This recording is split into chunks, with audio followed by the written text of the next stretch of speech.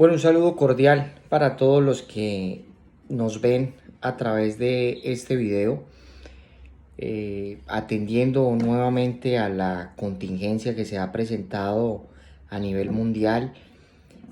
Vamos a continuar nuestras clases de manera virtual. En esta ocasión, como ustedes bien lo saben, estamos trabajando a través de la herramienta de Google Classroom, de nuestros diferentes grupos de WhatsApp, y vamos a intentar trabajar con esta nueva herramienta que son los videos de YouTube. He creado un canal que es este para que por favor ustedes hagan el seguimiento respectivo a través de estos videos. La idea es que se suscriban al canal, que le den like, que puedan aportar en sus comentarios a través de la herramienta de Google Classroom y podamos sacar adelante estas jornadas académicas. Vamos también a hacer claridad en una situación particular, y es que vamos a tener estos videos, ¿sí?, donde se va a estar dando la clase. Tenemos la plataforma de Classroom, que es donde ustedes van a estar manifestando sus inquietudes, sus inconvenientes, sus dudas, y vamos a ir resolviéndolas a través del foro. ¿Con qué fin? Con el fin de que el aprendizaje primero sea continuo, o sea, que no suspendamos en ningún momento el aprendizaje, y segundo, que podamos interactuar de una manera real, ¿sí? Que la clase no sea únicamente una cátedra magistral donde el docente se para frente al salón de clases y da la clase común y corriente. En esta ocasión pues graba un video y lo carga y ya, no, sino que podamos tener una interacción. Recuerden que estas materias son materias de debate, son materias que permiten la opinión del estudiante y del docente para que se puedan llevar a cabo de una manera armoniosa y se pueda trabajar de una manera correcta. No trabajamos en otras herramientas. Sé que muchos de ustedes están trabajando a través de Zoom o a través de Skype, pero la verdad no he tenido experiencias tan positivas. ¿Qué sucede? Resulta que en Zoom, cuando se conectan todas las personas, ¿sí?, y todos dejan los micrófonos abiertos, se empieza a escuchar mucho ruido de fondo y no se puede continuar de una manera correcta la clase. Entonces eso lo que hace es que pierde el interés del estudiante en lo que está compartiendo el docente.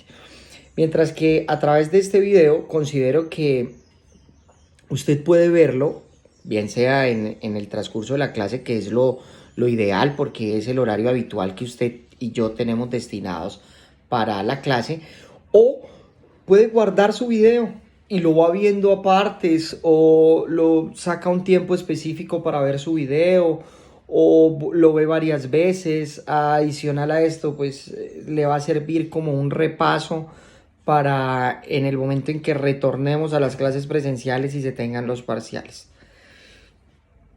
Bueno, muchachos, estando en nuestra clase de legislación laboral, ¿sí?, vamos a comenzar a ver los principios de la legislación laboral en Colombia. Esos principios que rigen a las partes, tanto empleador como empleado, dentro de la legislación nacional. Los principios, vamos a hablar de que son 6, ¿sí?, y vamos a enumerar cada uno de ellos y vamos a estar explicándolos para que ustedes tengan conocimiento de la situación. El primero es la igualdad de los trabajadores.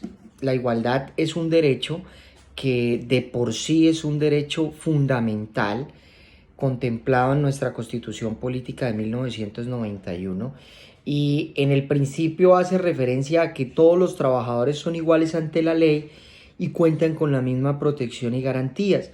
¿En qué resumimos esto? De que nadie, absolutamente nadie en Colombia, puede ser discriminado por razones de raza, sexo, religión, creencias políticas, por ningún tipo de discriminación.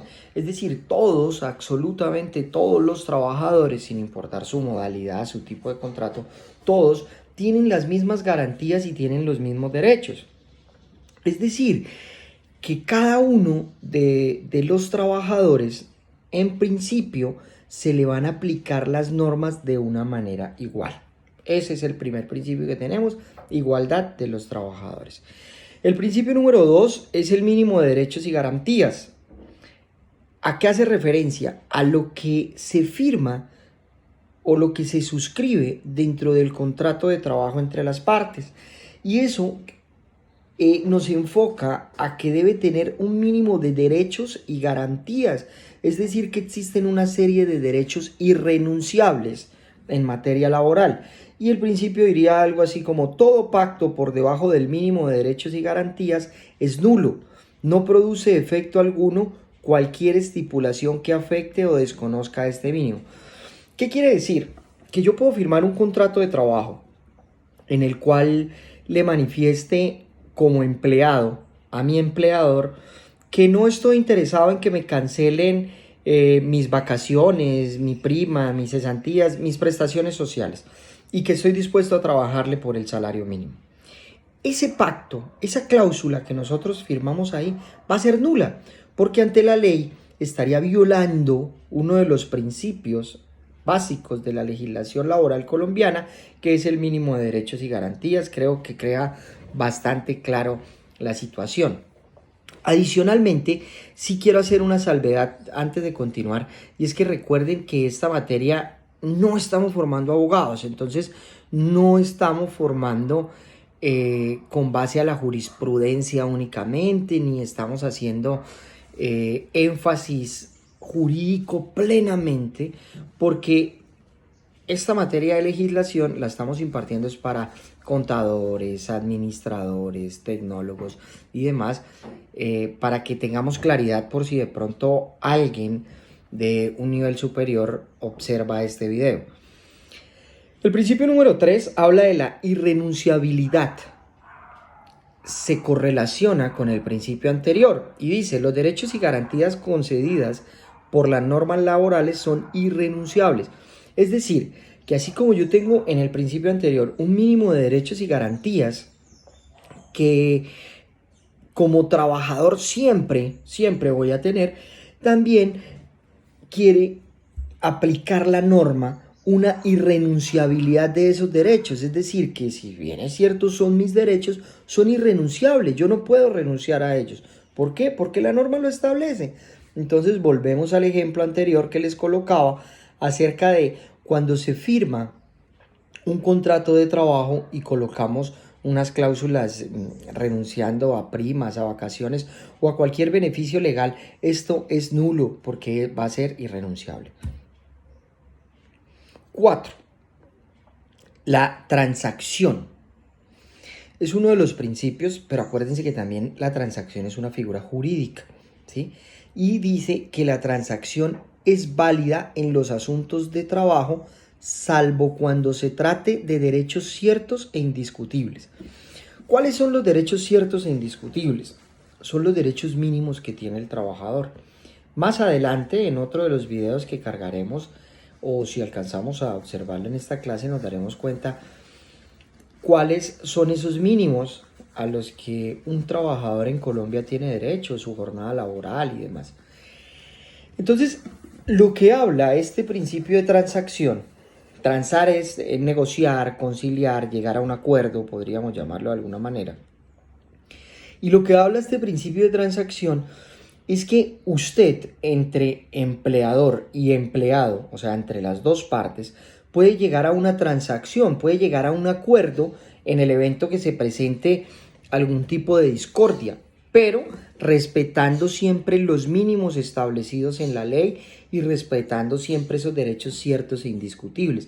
Es decir, que usted puede llegar a negociar o a transar un auxilio de rodamiento, ¿sí?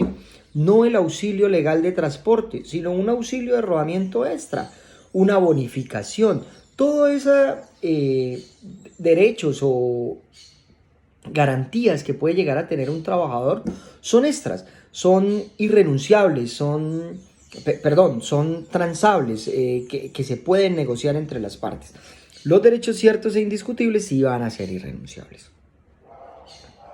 Tenemos en el número 5 que la aplicación de normas más favorables, ¿sí?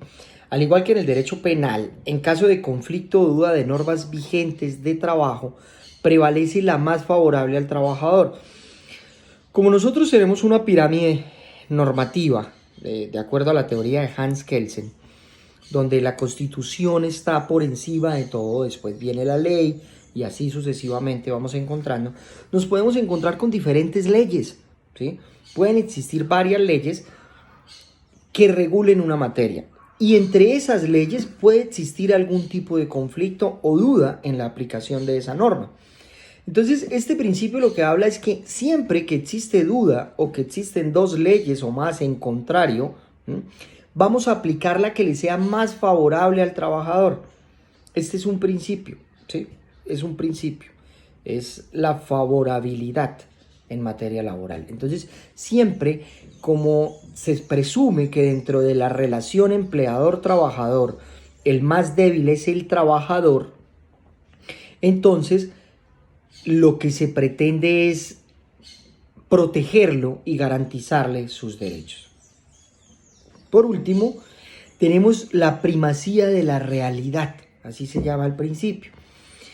Y tiene prioridad el contenido material de la relación, lo que deja en segundo plano las palabras usadas por los contratantes para disfrazar una verdadera relación laboral. ¿Con qué podemos relacionar nosotros este principio básicamente? Con los famosos contratos de prestación de servicio que existen en Colombia. Muchas empresas, entre esas el Estado, que es el más grande contratante de prestación de servicios, ¿sí?, disfrazan la relación laboral a través de este contrato de prestación de servicio. ¿Para qué? Para evitar el pago de las prestaciones sociales. Realmente eso es lo que se hace a través de un contrato de prestación de servicios. Ojo, no estoy diciendo que los contratos de prestación de servicios son malos. No, para nada. Simplemente estoy diciendo que se aplican en algunas ocasiones de una manera indebida. Los contratos de prestación de servicios de carácter civil, comercial, cuando realmente se están aplicando para la prestación de un servicio específico, profesional o no, perfecto. Pero cuando nosotros cogemos, por ejemplo, a un trabajador para que realice labores de recepción en una empresa, una recepcionista, y le damos un contrato de prestación de servicios y adicional a eso le decimos, usted tiene que cumplir un horario, usted tiene que hacer esto, usted tiene que tal. Hombre, estamos violando el principio de la primacía de la realidad y por eso muchas demandas hoy en día, sobre todo contra el Estado, vuelvo y digo, proceden en lo que se denomina contrato realidad, que realmente se tenía un contrato laboral, pero simplemente el empleador en su posición dominante quiso desconocer esos derechos del trabajador y crear un contrato de prestación de servicios. Entonces hay que tener mucho cuidado con esa situación. Si tienen alguna duda, por favor pronúnciense a través de la aplicación que tenemos de Google Classroom y voy a estar resolviéndolas o a través de comentarios acá en el video.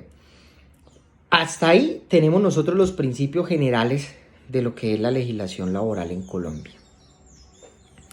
Continuando con nuestra temática de clase, ¿sí?, vamos a observar lo que es el contrato individual de trabajo, ¿sí?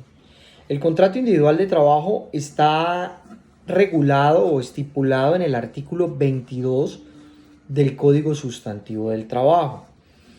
¿Qué sucede? El contrato individual de trabajo,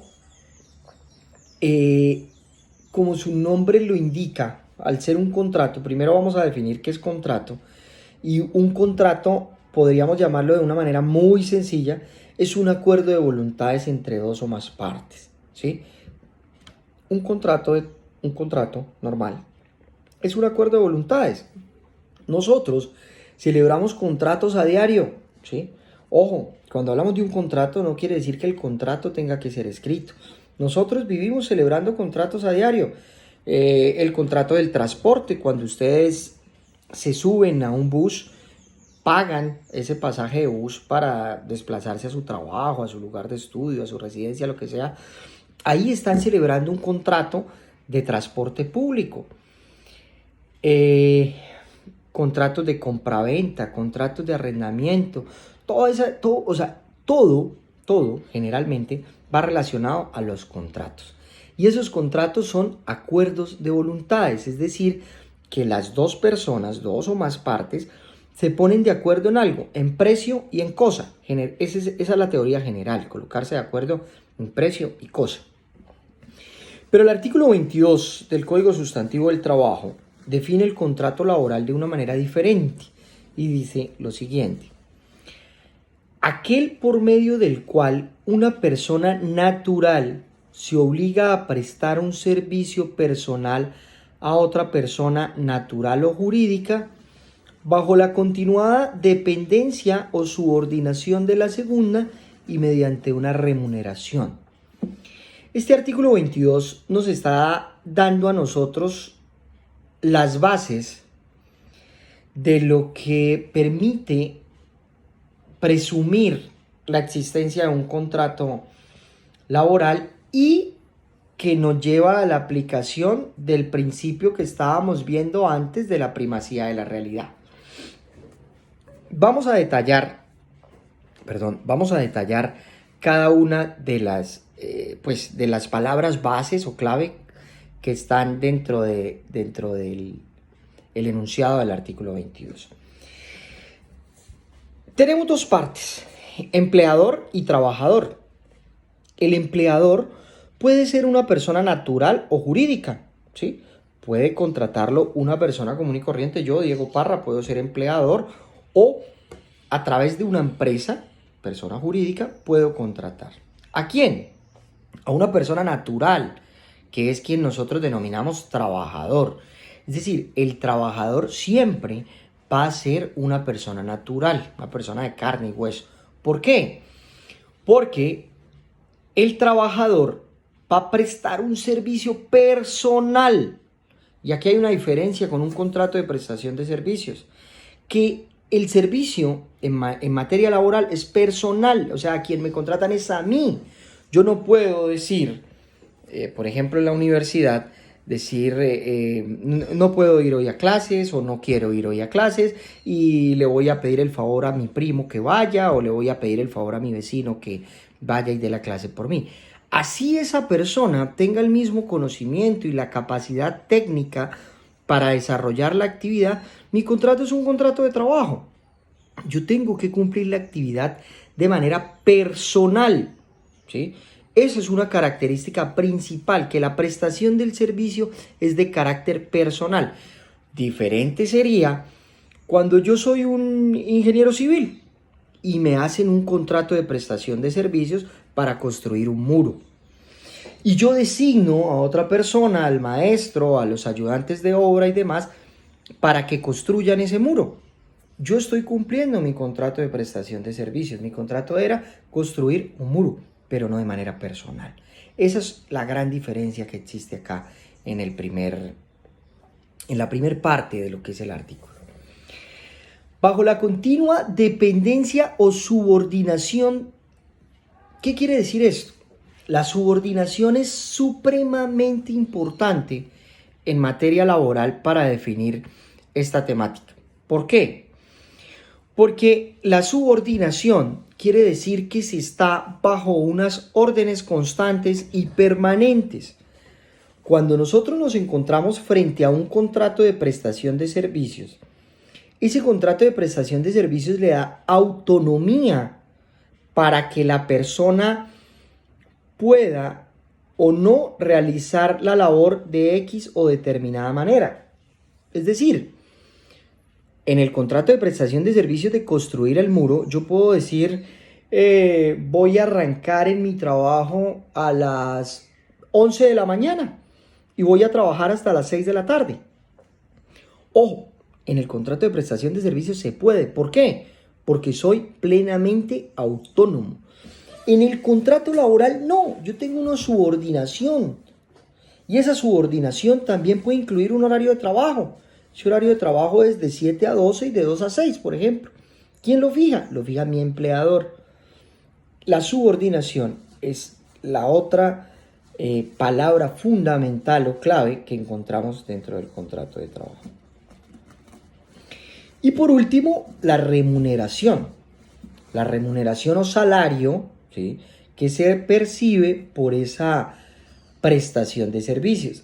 Yo realizo una actividad, yo presto un servicio de manera personal, tengo una subordinación. ¿Qué sucede entonces ahora? Pues debo recibir una retribución a cambio, como se los manifiesto siempre en las clases. Nadie trabaja porque quiera venir a salvar el mundo. Nadie trabaja porque no le gusta quedarse en la casa. No, las personas trabajamos porque tenemos unas necesidades básicas que tenemos que cumplir: alimentación, salud, vestuario, vivienda. Entonces, esa actividad que nosotros estamos prestando se ve reflejada en una remuneración. Y esa remuneración es el salario que nosotros percibimos constantemente. Vamos a mirar los tres elementos del contrato de trabajo. Pues ya se los venía explicando, que los tres elementos son la prestación personal de un servicio, la subordinación y dependencia, es decir, que usted está bajo constantes órdenes, y el salario. Esos tres elementos son los elementos básicos del contrato de trabajo, del contrato individual de trabajo, regulado en el artículo 22 del Código Sustantivo del Trabajo. Es importante tener esto claro para evitar confusiones y demás. Regáleme un segundo.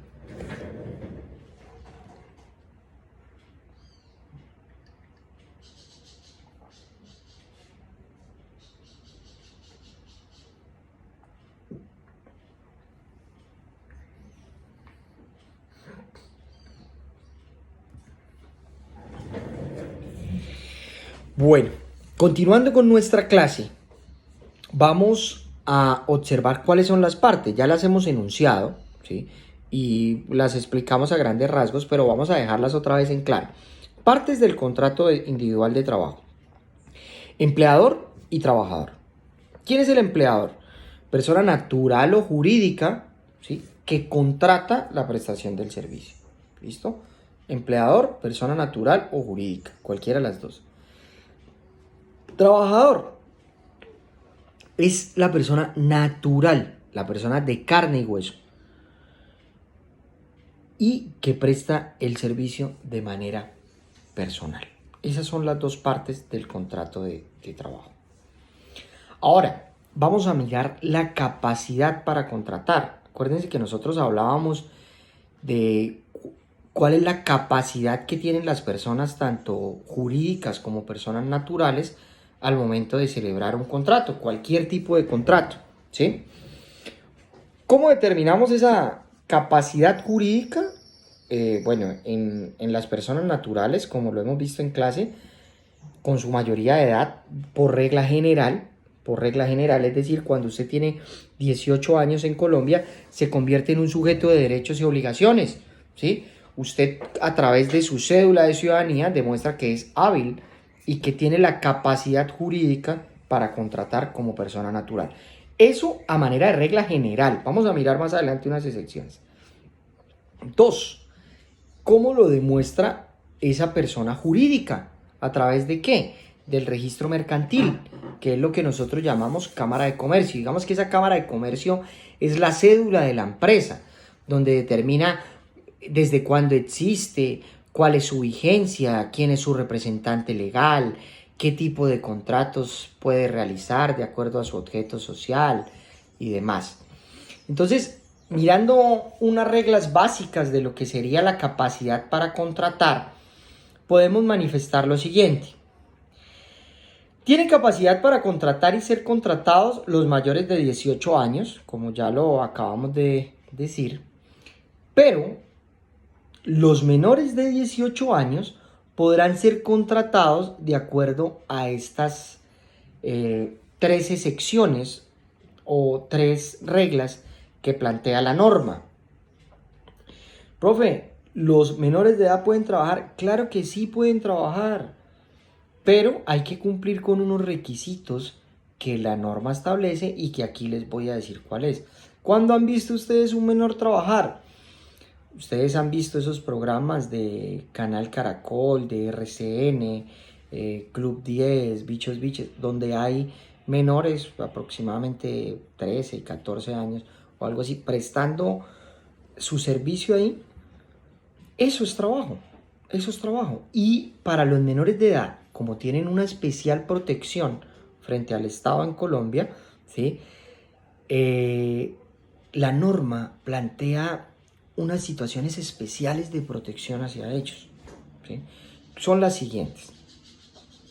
La norma laboral autoriza excepcionalmente a los menores de 18 años y mayores de 15 años a celebrar contratos de trabajo solo para realizar trabajos ligeros que no perjudiquen su salud y desarrollo, siempre que cuenten con autorización expresa del representante. ¿Quién es el representante de un menor? Generalmente los padres, ¿sí? Cuando no están los padres, pues hay que mirar quién tiene la custodia de ese menor. Del defensor o comisario de familia, del inspector de trabajo respectivo. Entonces, necesita, aparte de la autorización de sus padres para trabajar, va a necesitar el permiso o la autorización del Ministerio del Trabajo. ¿A través de quién? De un inspector de trabajo, ¿sí? Y el defensor de familia o el comisario de familia, dependiendo de la ubicación donde esté, es la persona que se encargará de garantizar la protección de los derechos, porque la norma habla de que no perjudique su salud y hay trabajos que abiertamente perjudican la salud. El trabajar en laboratorios que tengan sustancias altamente cancerígenas. Está comprobado que eso afecta a la salud. Entonces, un menor de edad no podría estar desarrollando eso. La jornada de trabajo de los menores no podrá extenderse por más de 30 horas semanales durante el periodo escolar y en ningún caso podrán trabajar más de 8 horas diarias. Ustedes saben que la jornada laboral en Colombia actualmente, hoy a 2020, es de 48 horas semanales. Esa es la jornada normal que tenemos que cumplir todos los trabajadores que tengamos un contrato individual de trabajo. Profe, en mi empresa solamente trabajamos 40 horas. Excelente, bien por usted. Puede ser que las otras 8 horas las estén aplicando a través de salario emocional o cualquier otro tipo de metodología que tenga implementada la empresa. Pero la empresa tendría la facultad de citarlo a trabajar dentro de las 48 horas. Esa es la jornada laboral que se tiene establecida en Colombia, ¿sí? Para que ustedes lo tengan claro. Los menores solamente podrán hasta 30 horas, es decir, 18 horas menos. Y no podrán trabajar más de 8 horas diarias por ningún motivo. Cosa que en los adultos sí se puede, porque si bien es cierto la jornada ordinaria es de 8 horas diarias, usted puede elaborar horas extras. Entonces puede llegar a trabajar turnos de 10 horas o en su defecto, si el ministerio lo autoriza, pueden trabajar turnos de 12 horas, como por ejemplo los vigilantes. Muchas empresas de vigilancia tienen turnos de 12 horas. Por último, la última premisa que nos deja esta capacidad para contratar menores hace referencia a que las empresas que contraten a un menor deberán registrar los contratos individuales que se suscriban en la inspección del trabajo respectiva dentro del plazo de 15 días contados desde la suscripción del contrato. Entonces, esto genera una carga adicional. Primero, el joven, ¿sí?, junto con sus padres, debe ir a buscar la autorización ante el Ministerio del Trabajo. Ese inspector de trabajo le va a dar la autorización. Con esos documentos va a ir donde el empleador y el empleador va a celebrar el contrato de trabajo común y corriente con él. Una vez se celebra ese contrato individual de trabajo, el empleador tiene la obligación, a más tardar 15 días, de remitir ese contrato al inspector de trabajo. ¿Con qué fin se hace esto? Para que el inspector de trabajo pueda hacer un seguimiento de la protección de los derechos de ese menor. Básicamente Eso es lo que hace referencia a la norma. Adelantándonos otro poco, y ya para terminar, qué es lo que vamos a ver hasta el día de hoy, porque vamos a dejar una actividad, ¿sí? Vamos a cargar una actividad para que ustedes, ojo, no estamos calificando. Recuérdense que en este momento, por mi parte, no se van a sacar notas. Simplemente quiero que ustedes aprendan, quiero que ustedes se vayan con el conocimiento para que lo puedan aplicar en su vida diaria. Entonces, este tipo de actividades son actividades de profundización, son lecturas, son talleres. ¿Para qué? Para que ustedes tengan conocimiento pleno. Pero estas temáticas que estamos viendo, cuando retornemos y estén todas las dudas resueltas, vamos a evaluarlas para que ustedes tengan claridad sobre esto.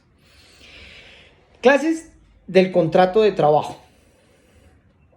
Los contratos de trabajo podríamos hablar de que se dividen en dos grupos, uno por su forma y otro por su duración.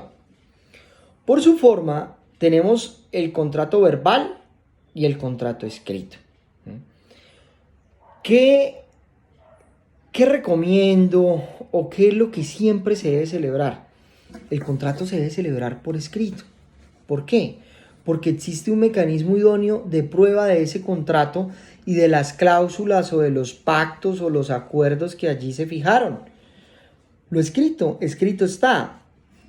Entonces, cuando usted tiene un contrato individual de trabajo y el contrato se firmó entre las partes, queda claro cuál va a ser las condiciones o las reglas de juego de esa relación laboral. La otra modalidad es el verbal, ¿sí? Es cuando yo contrato a una persona simplemente a través de palabras y llegamos a unos acuerdos. Los dos tienen validez, el verbal y el escrito, los dos tienen validez. Pero ¿qué sucede con el verbal? El verbal es un acuerdo oral de voluntades en el cual se define el trabajo a desarrollar, el sitio y el salario. Eso es lo básico. Pero usted no puede probar la existencia de cláusulas adicionales como una prima extralegal, como un auxilio de arrobamiento. Es mucho más complejo como mecanismo idóneo de prueba porque sería su palabra contra la mía y la podríamos reforzar con testigos. Pero si usted va a llevar 2 testigos, yo puedo llevar 4. Entonces vamos a entrar en un círculo vicioso y una cadena para saber quién logra o no probar esa relación y esa existencia. Entonces, ¿qué recomiendo siempre?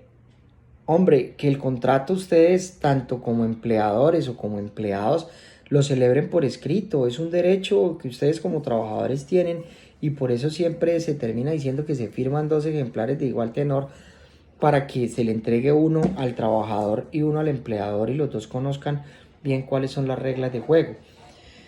Recuerden que siempre les he dicho, las relaciones laborales o los contratos o las sociedades o cualquier tipo de este tipo de vínculos empieza de una manera muy armónica, de una manera muy bonita, con un fin en común y demás. Pero posterior, cuando por X o Y motivo existe una finalización de esa relación, es donde vienen los inconvenientes y donde vienen los problemas.